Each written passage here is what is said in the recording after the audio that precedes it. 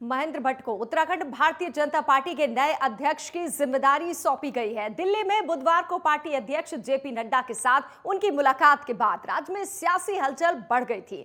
आखिरकार पार्टी ने महेंद्र भट्ट पर अपना विश्वास जताया। उनके सामने पार्टी संगठन और सरकार के बीच तालमेल समन्वय रखते हुए 2024 के लोकसभा चुनाव के लिए बीजेपी को सफल बनाने की चुनौती है। देखिए एक रिपोर्ट। भारतीय जनता पार्टी ने उत्तराखंड में भी पार्टी नेतृत्व में फेरबदल किया है। राज्य में प्रदेश अध्यक्ष बदले जाने की अटकलों के बीच आखिरकार पार्टी ने पूर्व विधायक महेंद्र भट्ट को प्रदेश की कमान सौंपी है।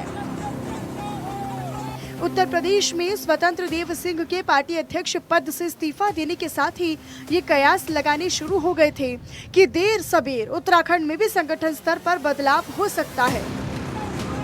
इन्हीं अटकलों के बीच जब बुधवार को पूर्व विधायक महेंद्र भट्ट दिल्ली आकर पार्टी अध्यक्ष जेपी नड्डा से मिले तो ये माना जाने लगा कि उन्हें कोई बड़ी जिम्मेदारी मिल सकती है।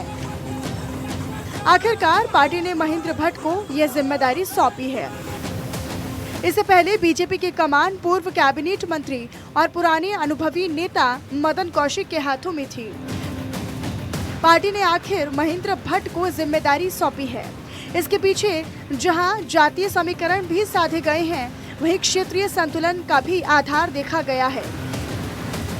बीजेपी ने पहाड़ की सियासत को साधा है, वहीं ब्राह्मण नेता को जिम्मेदारी देकर सियासत का भी संतुलन बनाया है। चमोली जिले के पोखरी विकासखंड के ब्राह्मण थाला गांव के रहने वाले महेंद्र भट्ट का सियासी तजुर्बा भी ठीक ठाक है। विद्यार्थी परिषद के तमाम बड़े पदों पर रहते हुए उन्होंने जहां संगठन के कामकाज सीखे, वहीं सियासत में भी उन्होंने कदम रखा। 90 का दशक उन्होंने विद्यार्थी परिषद के कामकाज के लिए ही समर्पित रखा, जिसे संयोजक जिला संगठन मंत्री के दायित्व को संभालने के बाद वह 1997 में बीजेपी युवा मोर्चा प्रदेश के महामंत्री बनाए गए। इसके बाद साल 2000 में वह प्रदेश युवा अध्यक्ष बने। महेंद्र भट्ट बीजेपी युवा मोर्चा के महाराष्ट्र और हिमाचल प्रदेश के प्रदेश प्रभारी भी रहे। महेंद्र भट्ट की जन आंदोलनों में भी सहभागिता रही है। राम जन्मभूमि आंदोलन में भी वह सक्रिय रूप से जुड़े थे।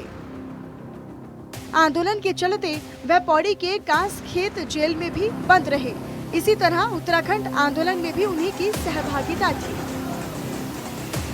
महेंद्र भट्ट साल 2002 में नंदप्रयाग से 32 साल की उम्र में विधायक चुने गए थे।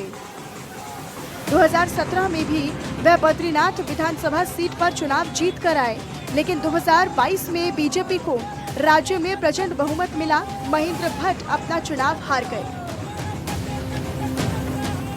उन्हें कांग्रेस के राजेंद्र भंडारी ने पराजित किया, लेकिन पार्टी ने उनके अनुभव और पिछले कामकाज के आधार पर प्रदेश का नेतृत्व सौंपा है। उत्तराखंड में बीजेपी कार्यकर्ताओं ने महेंद्र भट्ट को अध्यक्ष बनाए जाने का स्वागत किया। सियासी कयास ये था कि बीजेपी मदन कौशिक की जगह नई जिम्मेदारी गढ़वाल क्षेत्र के नेता को सौंपेगी।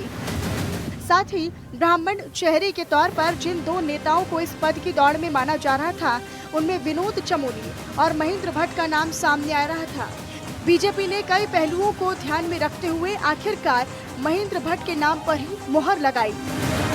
महेंद्र भट्ट का कार्यकर्ताओं से सीधा जुड़ाव रहा है। वह जन आंदोलनों से जुड़े रहे हैं और संगठन के कामकाज में उनकी दक्षता रही है।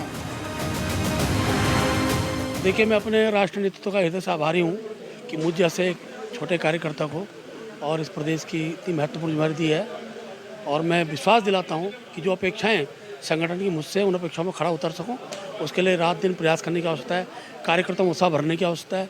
और मैं कह सकता आने वाला जो चाहे हरिद्वार का पंचायत का चुनाव हो, चाहे लोकसभा चुनाव हो, भारतीय जनता पार्टी अपनी शिखर पर यहाँ पर रहेगी। प्रदेश अध्यक्ष के तौर पर महेंद्र भट्ट की अहम जिम्मेदारी जहां एक तरफ संगठन और सरकार के बीच तालमेल समन्वय बनाने की है, वहीं डबल इंजन सरकार के कामकाज की प्रगति को लोगों तक पहुंचाने की भी है।